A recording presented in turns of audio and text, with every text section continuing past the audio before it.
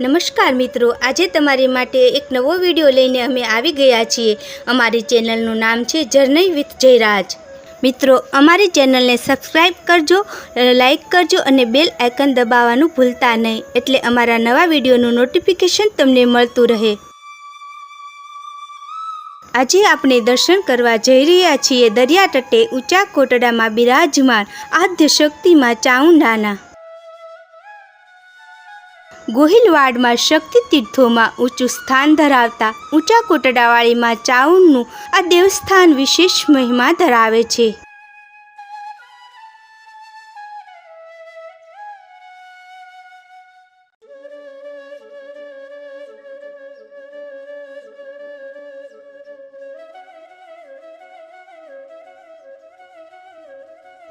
પ્રવેશ દ્વારથી થોડું જ આગળ જતાં ખૂબ સરસ ખેતરપાળ દાદાનું મંદિર આવેલું છે।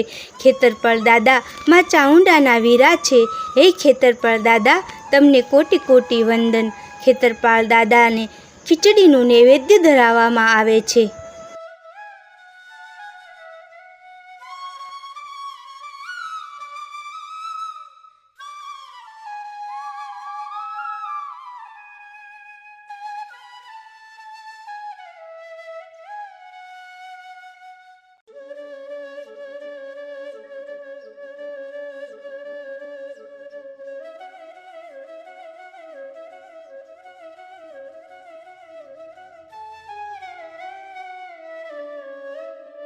ગઢ કોટડા તરીકે ઓળખાતા ચામુંડમાના આ સ્થાનકનો અનેરો ઇતિહાસ રહેલો છે।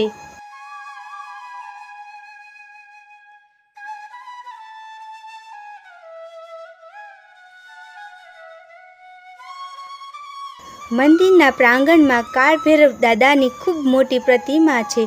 જય કાળ ભૈરવનાથ દાદા।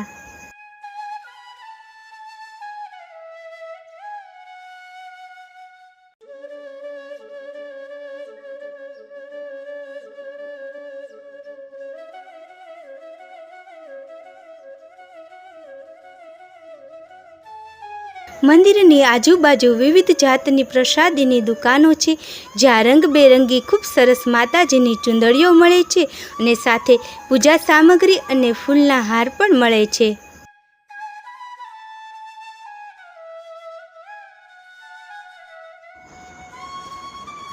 શક્તિપીઠોમાં જાણીતું એક ધામ એટલે ઊંચા કોટડા, જ્યાં સ્વયં આદ્ય શક્તિમાં ચામુંડા બિરાજમાન છે।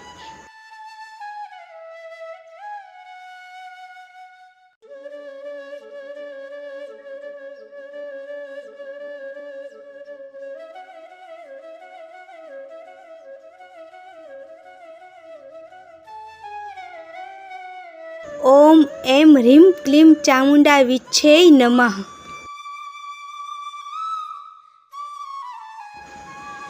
ચૌદ ભુવનમાં વાસ કરનારી હે આદ્ય શક્તિમાં ચામુંડા, મારા સત સત કોટી વંદન।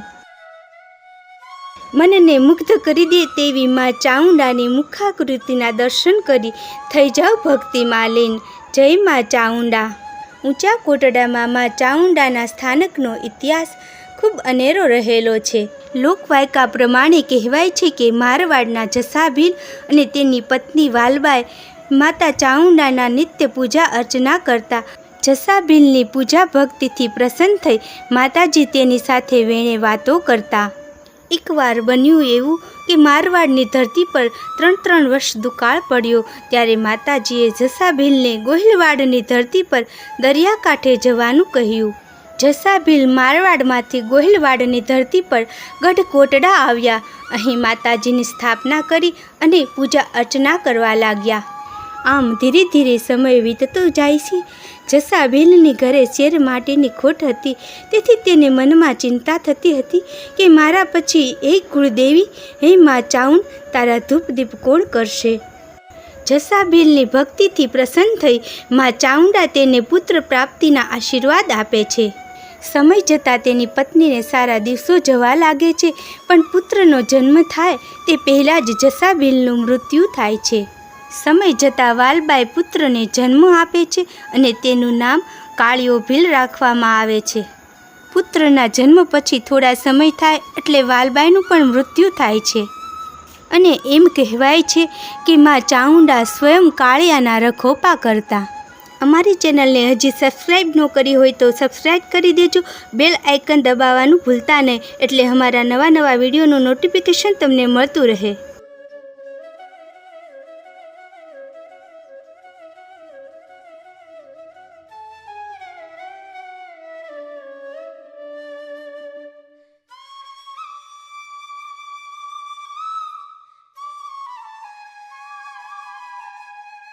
જ્યાં માતાજી સ્વયં પ્રગટ થયા હતા તેનું પુરાતન સ્થાન પણ જાળવી રાખવામાં આવેલું છે.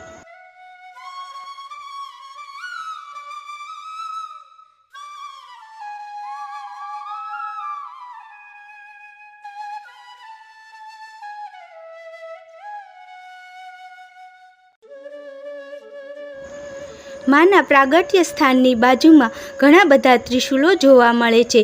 તેમાં એક ખાંડિયું ત્રિશૂળ પણ છે. શ્રદ્ધાળુઓમાં એવી માન્યતા છે કે ખાંડિયું ત્રિશૂળ 15 દિવસ ચોટીલાના ડુંગર ઉપર અને 15 દિવસ કોટડા ચામુંડામાના મંદિરે રહે છે.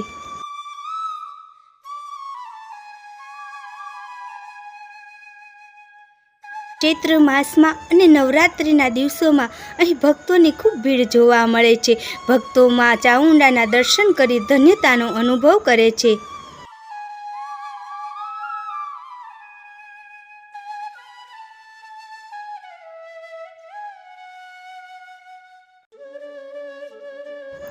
માં ચામુંડા ભક્તોના દુઃખ દૂર કરી અને મનોકામના પૂર્ણ કરનારી છે. દરિયાની ઉછળતી આ લહેરો માં ચામુંડાના પગ પખાળી રહી હોય એવું લાગી રહ્યું છે.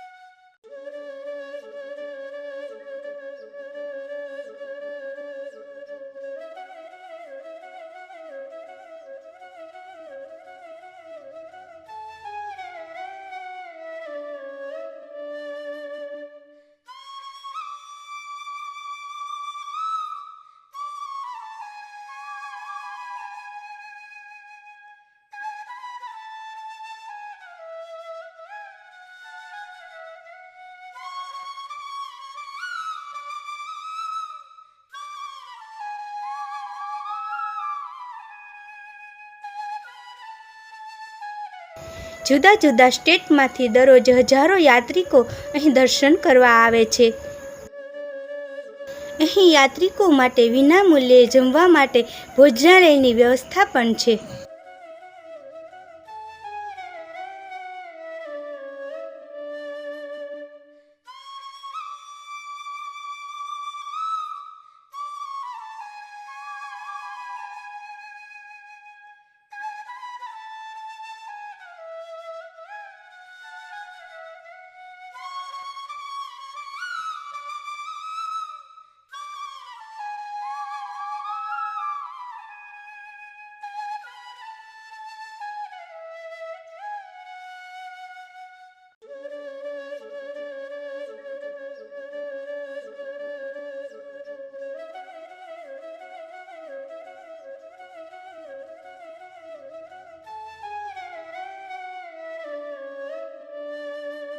મિત્રો, આપ જોઈ શકો છો અહીં ખૂબ વિશાળ એવું ભોજનાલય છે, જ્યાં હજારો યાત્રિકો જમી શકે તેવી વ્યવસ્થા છે.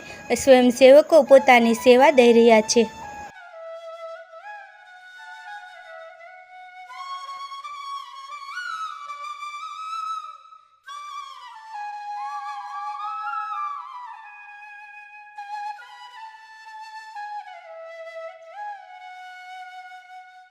મિત્રો, આપ જોઈ શકો છો અહીં વીર મોખરાજી ગોહિલનું ખૂબ સરસ એવું મંદિર આવેલું છે.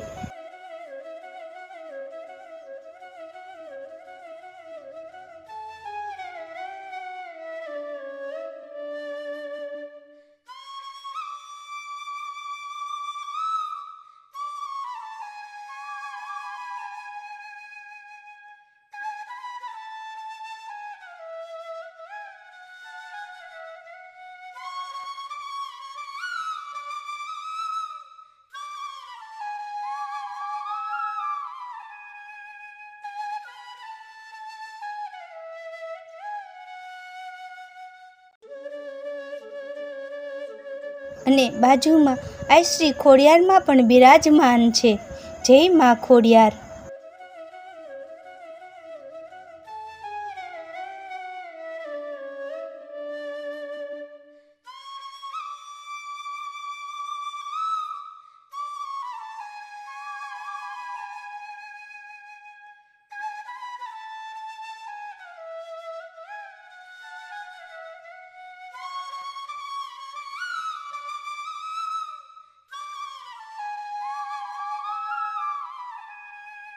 દર્શને આવતા યાત્રિકો માતાજીના દર્શન કરી સમુદ્ર તટે પણ આનંદ માણે છે.